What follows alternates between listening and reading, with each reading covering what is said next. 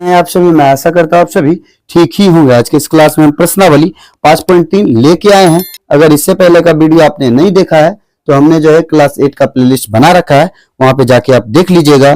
तो बिना समय को गवाए हुए वीडियो को स्टार्ट करते हैं। तो देखिए यहाँ पहला क्वेश्चन में दिया हुआ है 5.3 में, निम्नलिखित संख्याओं के वर्गमूल ज्ञात करने में इकाई अंक की क्या संभावना है। जैसे यहाँ इकाई अंक लास्ट का क्या है, तो देखिए लास्ट में जो है एक है ना, इसका कह रहे कि क्या संभावना है कि ये मतलब देख के ही हम पलक झपकते हुए बता दे कि यह संख्या जो है टोटल जो है इसके इकाई के स्थान में जो संख्या है वो किस संख्या से वर्गमूल बन जाएगा। ठीक है, तो यहाँ देखिए कह रहा था इकाई अंक की क्या संभावना है। तो इकाई अंक में देखिए यहाँ क्या है, तो एक दे रखा है हमें, तो इस एक को ढूंढना है कि किस संख्या के इकाई अंक में हमें मिलता है। तो देखिए किस वर्ग के संख्या के इकाई अंक में जैसे देखिए एक का वर्ग अगर करेंगे तो कितना, तो एक प्राप्त हो जाता है। वही अगर 9 का वर्ग करेंगे तो इसके इकाई के स्थान पे भी क्या, तो एक आ जाता है। तो यहाँ पे हम लिख देंगे कि लिख देंगे इकाई के स्थान, इकाई के स्थान में क्या है, तो एक है, तो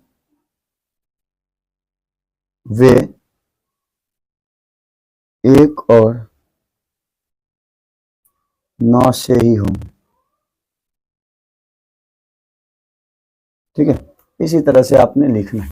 तो जैसे देखिए दूसरा क्वेश्चन हमें दिया हुआ है, कितना है, तो 99,856। तो इसके इकाई के स्थान पे क्या है, तो 6 है। तो देखेंगे कि किस किस के इकाई के स्थान पे 6 आ रहा है। तो देखिए 4 का जब वर्ग करेंगे तो इसका वर्ग 16, इसके इकाई के स्थान पे 6 है, और 6 के वर्ग के इकाई के स्थान पे भी 6 है। ठीक है, तो यहाँ पे हम लिख देंगे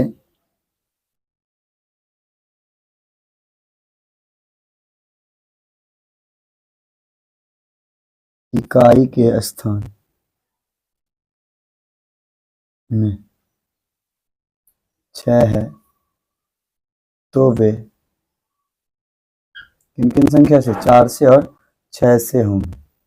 4 और 6 से होंगे। ठीक है, तो उसके बाद देखिए तीसरा क्वेश्चन हमें दिया हुआ है 9,98,001। इकाई के स्थान पे एक है, तो अभी तुरंत हमने लिखा कि ये किन किन संख्या 1 और 9 से जाएगा, तो लिख देंगे 1 और 9 से होगा। ठीक है, तो उसके बाद देखिए चौथा क्वेश्चन है 65, 76, 66, 0, 25। तो इसके इकाई के स्थान पे देखिए क्या है, तो 5 है। देखेंगे 5 किन संख्या के इकाई के स्थान पे मिलता है। तो देखिए 5 का जब वर्ग करेंगे तो 25 होगा, उसके इकाई के स्थान पे 5 मिल रहा है, तो यहाँ पे क्या होगा, तो यहाँ लिख देंगे कि 5 से होगा। ठीक है, इस तरह से लिख देंगे।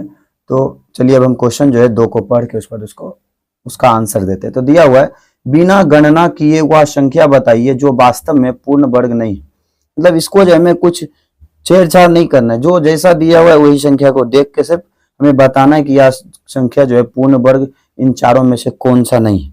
ठीक है, तो देखिए अगर इकाई के स्थान पर आपको 2, 3, 7, 8 और 0 विषम संख्या में कुछ भी संख्या दिखे तो वो जो है पूर्ण वर्ग नहीं होगा। ठीक है, तो पहले क्या करते हैं, क्वेश्चन को यहाँ पे लिख लेते हैं। ठीक है, चारों को, फिर उसी में देखेंगे कि कौन सा होगा। अगर जो नहीं होगा उसको अलग कर देंगे, जो होगा तो उसको हम बता देंगे कि 1 होगा, 2 होगा, 3 होगा, 4 होगा। ठीक है, ऐसे करके। तो देखिए हमने जो है हिंट के लिए आपको यहाँ लिख दिया है 2, 3, 7, 8, 0 और 000, यानी विषम संख्या में जब भी 0 रहेगा तब भी जो है वो क्या होगा, तो पूर्ण वर्ग नहीं होगा। तो देखिए यहाँ दिया हुआ है 153, तो यहाँ लास्ट का इकाई का स्थान देखेंगे 3 दिया हुआ है। देखिए 3 तो इस संख्या से मिल रहा है, तो ये जो है पूर्ण वर्ग नहीं होगा। तो देखिए लास्ट का 7, तो इसमें देखिए यहाँ भी 7 मिल रहा है, तो ये भी पूर्ण वर्ग नहीं होगा।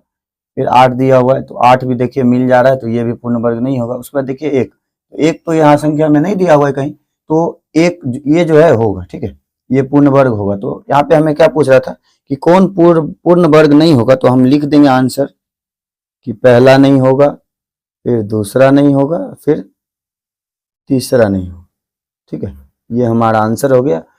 आपको जो है समझ में आ रहा होगा। तो चलिए क्वेश्चन 3 को पढ़ते हैं। तो क्वेश्चन 3 में दिया हुआ है बार बार घटाने की विधि से 100 और 169 का वर्गमूल ज्ञात कीजिए। तो पहले क्या करते हैं, पेज को पलट के उसके बाद जो है हम पहले 100 का फिर उसके बाद 169 का निकालेंगे। ठीक है,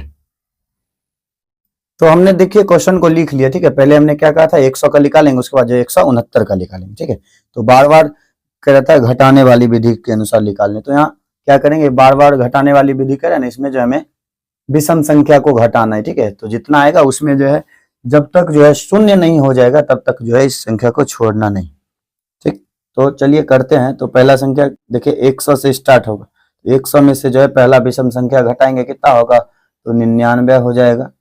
फिर देखिए 99 में जो है हम दूसरा विषम संख्या क्या होगा, तो 3। तो 3 को घटाएंगे कितना, तो 96। फिर देखिए 96 में से जब हम 5 को घटाएंगे तो हमें कितना आएगा, तो 91 आएगा।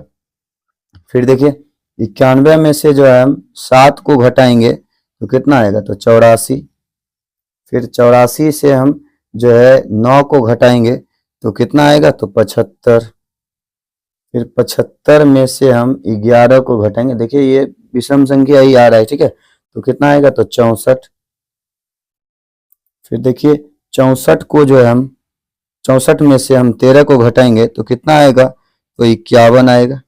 फिर 51 में से हम जो है 15 को घटाएंगे तो कितना आएगा, तो 36 आ जाएगा। फिर देखिए 36 में से हम जो है 15 के बाद 17 को घटाएंगे तो कितना आएगा, तो 19 आ जाएगा।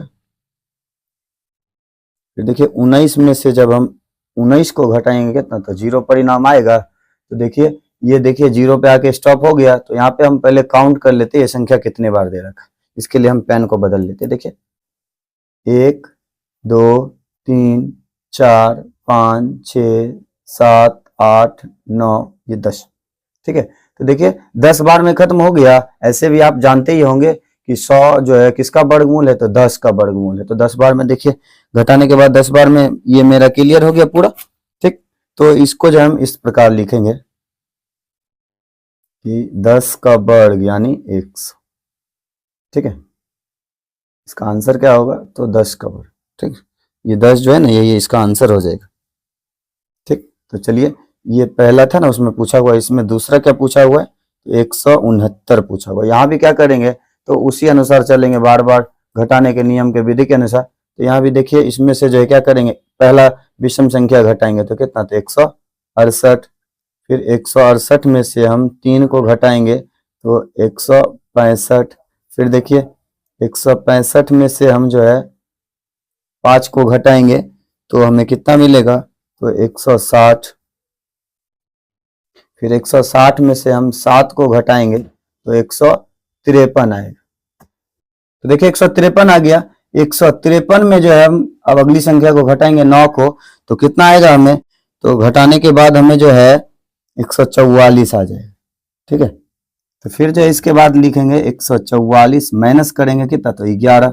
इस घटाने के बाद 133 आ जाएगा। फिर 133 में से हम 13 को घटाएंगे तो 122 आ जाएगा, नहीं 120 होगा, सॉरी।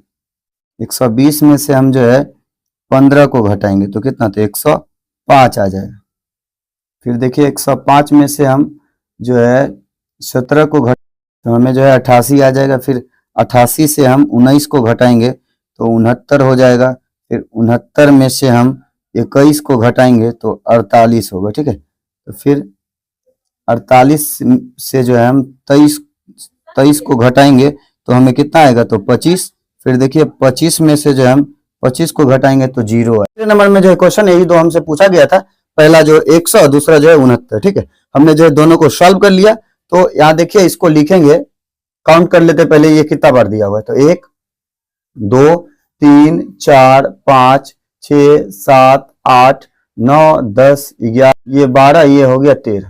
ठीक है, 12 फिर 13 तो 13 हो गया। तो लिखेंगे 13 का क्या लिखेंगे, तो वर्ग। 13 का वर्ग क्या होगा, तो 169। ये हमारा जो है आंसर होगा। वीडियो आपको अगर अच्छा लगा होगा तो हमारे इस channel study zone by Manjeet sir को सब्सक्राइब करें और घंटे के निशान को ऑल पे दबा लीजिएगा, जिससे कि हमारा वीडियो आप तक जो लेटेस्ट पहुंचता रहे। तो मिलते हैं नेक्स्ट वीडियो में, तब तक के लिए ओके बाय।